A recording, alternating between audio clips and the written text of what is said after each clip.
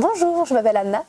Je suis chargée de communication pour Spaceco. Spaceco qui est le nouveau label enfant de Space Cowboys pour les jeux de société de 4 à 7 ans. Je m'appelle Benoît. Je suis responsable du studio Spaceco, entre autres. Voilà. Et on l'a dit ça, Spaceco, c'est un label qui vient de Space Cowboys. Tu l'as dit ça? Oui. Ah bah on est bon alors. Non mais c'est bien de Bon, allez, savoir on va manger. Comme on va pas faire les mêmes jeux que Space Cowboys, mais on va faire des jeux qui seront dans le spirit de Space Cowboys. J'ai des années d'anglais derrière moi, c'est pour ça, je tiens à le préciser. Et ben, c'est pour ça qu'on a créé un label pareil, mais en pas pareil.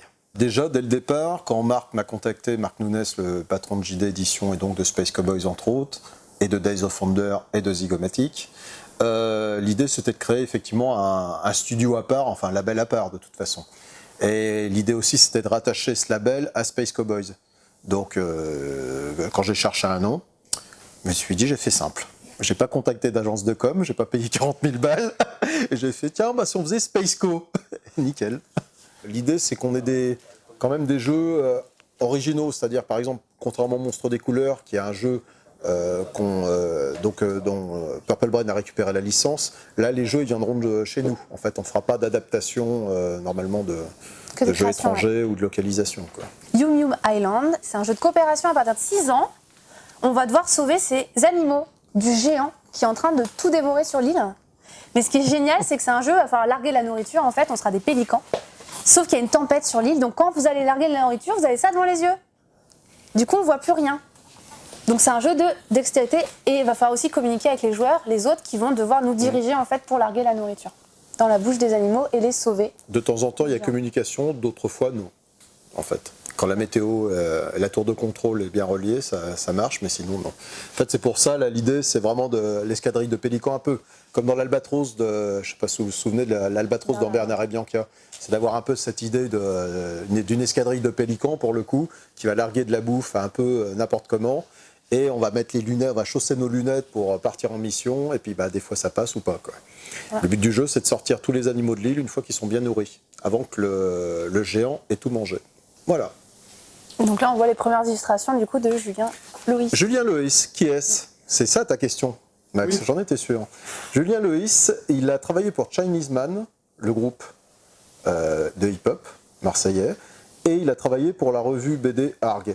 Et c'est sa première fois dans le jeu de société. Et le jour où je suis allé à un concert de Chinese Man, j'ai vu ce qu'il avait fait sur leur jaquette, etc. Je me suis dit, un jour, je veux travailler avec lui.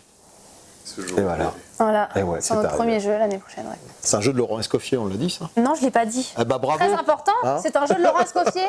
Si, je l'ai pensé très fort, mais je ne l'ai pas dit. Et le deuxième jeu, c'est un jeu de Laurent Escoffier oui, et David Franck. Et David Franck. Ouais, alors Laurent Escoffier, bon, certains connaissent, et David Franck, ils avaient déjà travaillé ensemble sur Looney Quest, par exemple. Je pense que notre planning de sortie, pour les 2 années à venir, il est bien. Ah oui, yes. Non, mais attends, nous sommes des professionnels.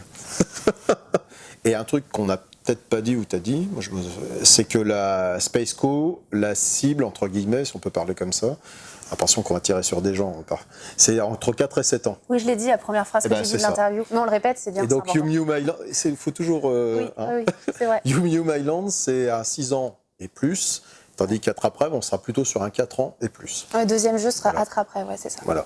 Parce qu'après, si tu veux, tu tombes genre dans les jeux un peu, enfin je vais parler pour ma paroisse, mais les Purple Brain, ou même des jeux comme Takenoko, où vers 7-8 ans déjà, tu es dans du jeu pas seulement pour les enfants. C'est ça. Là, on peut y jouer aussi entre adultes, enfin avec les adultes, mais on est quand même dans à 4-7 ans, on est quand même plus pour enfants que certains autres jeux, comme la gamme Contes et Jeux, par exemple. Ouais, et puis déjà, il y a du travail, parce qu'entre 4 et même 6 ans, il y a des différences, quoi.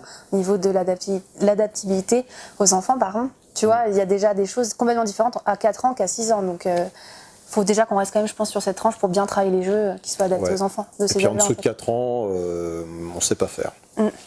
C'est encore autre chose. On ne sait pas faire parce que je pense que là, s'il y a un vrai gap, enfin un vrai truc à passer entre 3 ans et 4 ans, je trouve ça un peu compliqué. Ouais. Il y a Wilfried qui travaille avec nous, qui est chargé de développement, qui est aussi auteur de jeux, Wilfried Faure, qui a sorti des jeux avec sa femme, Marie. Et donc, le but de recrutement, moi j'ai voulu quelqu'un en chargé de développement qui soit pertinent sur le jeu pour enfants. Et Wilfried était très bien pour ça. Et Wilfried aussi, ce qu'il fait, c'est qu'une fois qu'on a dit qu'un prototype nous plaisait à nous, et qu'on avait réglé 2-3 trucs qui avaient peut-être éventuellement réglé, on le passe en test école et centre de loisirs. Comme ça nous permet de vraiment mieux déterminer l'âge, puis de voir si ça passe ou si ça casse, en fait, quoi. Et donc voilà. On n'a pas le choix. C'est le modus operandi. On est obligé de le faire comme ça. À Cannes, donc prochain festival, on va avoir quand même 3 tables à peu près. Les jeux ne seront pas sortis, mais on les fera quand même essayer aux gens. Et on travaille aussi, alors ça c'est un projet de fond, sur Unlock Kids. Et ça c'est un projet de fond. Et il se peut qu'on montre on est en train de travailler sur un préquel qu'on pourrait montrer à Cannes, sans que ça soit une version finale, mais pour essayer de prendre la température un peu, quoi. Donc voilà. On va faire ça pour Cannes, ouais. Ouais.